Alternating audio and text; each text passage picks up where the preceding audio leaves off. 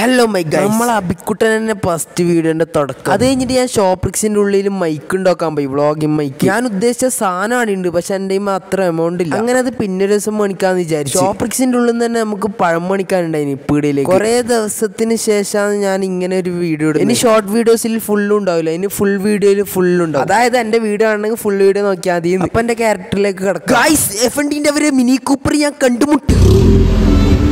അങ്ങനെ വൈകുന്നേരം പൈക്കുന്നേരം ഞാനൊരു ബർഗർ മേടിക്കാൻ വേണ്ടിട്ട് അങ്ങനെ ബർഗറും കൊണ്ടുവന്നൊരു ഗോഡൌണിന്ന് തിന്നു.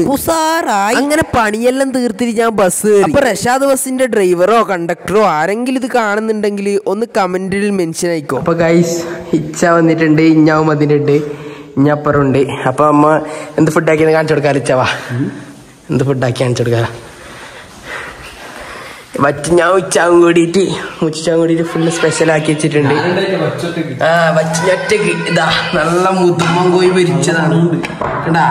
നല്ല മയോണീസും പൊറോട്ട ഇപ്പൊ വരുമ്പോ മേടിച്ചു നമ്മൾ. ഇതാ ഏത് ലെവല് സാധനം നോക്കിയ. ഓ, എന്താണ് ഇച്ച പറയാനുള്ളത്?